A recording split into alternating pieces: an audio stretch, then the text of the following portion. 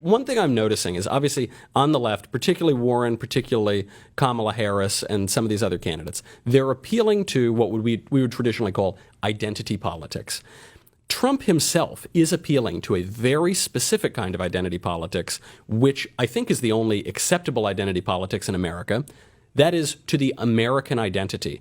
He holds a big 4th of July parade. He supports the American flag. Hot dogs and baseball on the 4th of July. I mean, it's a very... That's considered white supremacist now, though. They're now calling that white supremacist, and he's managed to get his opponents to protest the American flag. That when you put that on a debate stage and you've got these narrow interest groups in identity politics all opposing the flag, and Donald Trump wrapping himself up like it's the 4th of July for a national campaign, that seems to be the winning answer. And you see how popular these guys, the members of the squad are. I mean, you see there was that poll a couple weeks ago, maybe a week ago, with Ilhan Omar at 9%. 9%, yeah. That wasn't a typo with swing voters. And then AOC's at 22%. I mean, these are not popular people. These are not popular ideas that they're profiting. You know what's amazing? So President Trump, he's a New York guy, right? He donated to Democrats for years. He's like not very ideological. When he decides to identify as a Republican, all of a sudden they call him a white supremacist, a bigot, all of this. No evidence whatsoever. He has repeatedly said, racism is evil, white nationalism is evil, not neo-Nazi, all on and on and on. Does it 3 times a week.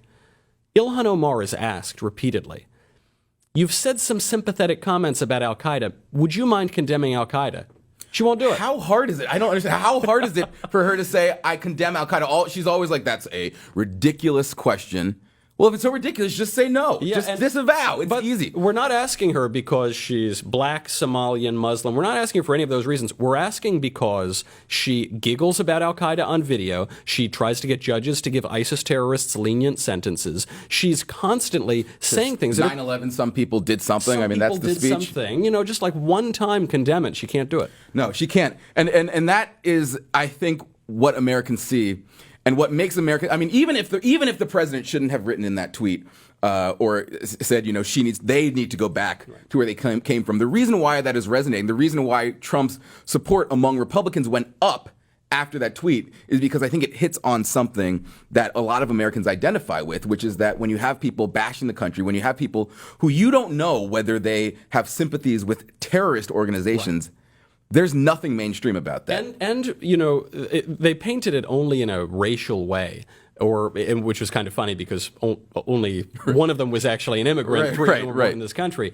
But you could say the same comment to Bernie Sanders, who's an old white man, Jewish man. Say, go back to where you came from. You'd be referring to the Soviet Union where it was honeymoon. Because their ideas are anti-American ideas. Socialism. This country is hopelessly bigoted. We can't possibly all live together in harmony. We all are simply separate interest groups based on our immutable innate characteristics. Those are anti-American ideas, and Trump is identifying that they're anti-American, and I think it's resonating with, certainly with Republican voters. Yeah, I think you're right. And I think even though none of the members of the so-called squad are actually running for president, their ideas are the ones that all of the presidential candidates are asked to respond to. You know, when they ask about health care for illegal immigrants, that wasn't a mainstream idea, but yet all the hands shoot up when they ask about that. I mean, that wasn't a mainstream that wasn't a mainstream idea before, you know, AOC and the, you know, whatever they call themselves, Democratic Socialist, became popular.